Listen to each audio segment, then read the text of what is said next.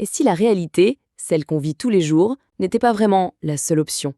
Et si en fait, c'était une sorte de programme, un logiciel invisible qui tourne en boucle dans notre esprit? On va plonger ensemble dans cette idée, qui est assez folle, on va pas se mentir, et on va chercher les clés pour, peut-être, déverrouiller notre propre système. C'est parti. On commence par une question simple, mais qui touche, je pense, à un sentiment assez universel. Cette impression d'être limité, d'être contraint par quelque chose qu'on n'arrive pas à voir, ni même à nommer. C'est vraiment le point de départ de toute notre réflexion. Alors voilà l'idée centrale, et elle est audacieuse. Notre esprit fonctionnerait avec une sorte de système d'exploitation qui serait complètement dépassé. Un programme qui aurait été installé sans qu'on s'en rende compte et qui définit tout ce qu'on pense être réel. Ce n'est donc pas la réalité brute, mais une version de la réalité soigneusement programmée qu'on nous présente comme la seule et unique. Bon, alors comment elle fonctionne cette prison invisible? C'est quoi ces barreaux? C'est quoi ces murs? On va décortiquer ensemble les outils qui la construisent et qui la maintiennent bien en place, jour après jour. Ce qu'il faut bien comprendre, c'est que chacun de ces éléments, ce n'est pas un hasard. Le langage qu'on utilise, la culture ambiante, les médias, l'éducation, tout est lié. Ça fonctionne en parfaite synergie, un peu comme les rouages d'une énorme machine, pour sculpter notre perception de ce qui est normal et de ce qui ne l'est pas. Mais le plus grand tour de force de tout ce système, son véritable coup de génie si on peut dire, c'est de nous faire croire qu'on est libre. Et c'est là qu'on touche au paradoxe le plus dingue, le plus profond, la servitude volontaire. C'est là que le système moderne est incroyablement efficace. Il n'a plus besoin de chaînes en fer. Pourquoi s'embêter? Il peut simplement programmer les pensées. Et au final, la personne en vient à défendre les barreaux de sa propre cellule, en pensant qu'elle défend sa liberté. Elle devient son propre geôlier. Quand on regarde cette évolution, c'est assez frappant. On est passé des chaînes de fer, bien lourdes, bien visibles, à des chaînes mentales beaucoup plus subtiles. Le contrôle n'est plus à l'extérieur, il a été internalisé. Et c'est précisément pour ça qu'il est si difficile à repérer. Alors, la question qui se pose, c'est contre qui ou contre quoi est-ce qu'on se bat? Instinctivement, on a envie de trouver un coupable. Un groupe, une élite, un complot. Mais la source ici nous met en garde. Le véritable ennemi, ce n'est pas du tout celui qu'on imagine. Alors, si ce ne sont pas les suspects habituels, d'où vient ce système de contrôle qui semble être partout? Quelle est sa source? C'est tellement tentant de pointer de doigt un politicien, un gouvernement, une idéologie, mais en fait c'est qu'une distraction. S'attaquer à ça, c'est s'attaquer aux symptômes, et pas du tout à la racine du problème.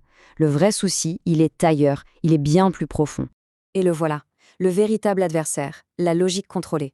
Ce n'est pas une personne, c'est un système de pensée, un ensemble de règles invisibles qui nous dictent ce qui est logique, ce qui est rationnel. Et ce système, par définition, rejette automatiquement toute idée qui sort de son cadre. C'est une véritable cage pour l'esprit.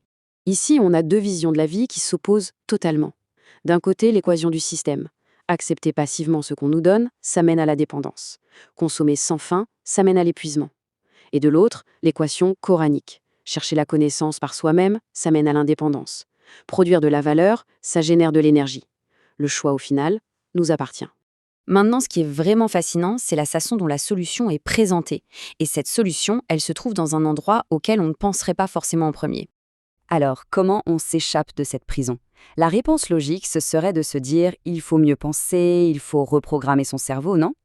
Eh bien, la source nous dit que ce n'est pas la bonne approche. La clé est ailleurs, dans une faculté de l'être humain qui est bien plus puissante. La solution, c'est le cœur. Mais attention, pas le cœur au sens poétique ou juste biologique du terme. Non, il faut l'imaginer plutôt comme un émetteur-récepteur ultra puissant. Un appareil de très haute technologie conçu pour capter et envoyer des fréquences. Des fréquences qui interagissent directement avec la fabrique même de l'univers. Cette citation est présentée comme la preuve fondamentale de la véritable fonction du cœur. Ce qui compte vraiment, ce ne sont pas les mots vides, les promesses en l'air, mais la fréquence que le cœur a acquise. Le verbe arabe utilisé ici, kasaba, il a vraiment une notion d'acquisition, de gain réel. C'est quelque chose de concret. Et là, c'est un changement total de perspective. Si notre cœur est un émetteur, ça veut dire qu'on n'est plus des victimes passives de la réalité, on en devient les co-créateurs. Et ça, c'est une responsabilité absolument immense. La source nous décompose cette loi cosmique en un mécanisme très clair, de cause à effet, qui est à la fois spirituel et physique. Ce n'est pas de la pensée magique, c'est un processus. La fréquence émise par le cœur est la cause, et la réalité qu'on expérimente, c'est l'effet direct de cette cause. Ceci renforce l'idée centrale, le monde extérieur n'est ni aléatoire ni injuste. Il est le reflet précis, presque mathématique, de l'état intérieur dominant d'un individu. Une réponse parfaite et proportionnelle. Cette citation, elle vient souligner l'importance capitale de cultiver, de concevoir un cœur sain. Le mot arabe salim, il veut dire sain en bonne santé, mais il a aussi le sens de en paix, harmonieux, parfaitement aligné. C'est ça l'objectif final, avoir un cœur dont la fréquence est pure et en harmonie avec les fréquences divines. La conclusion, c'est donc cette affirmation, puissante et provocatrice.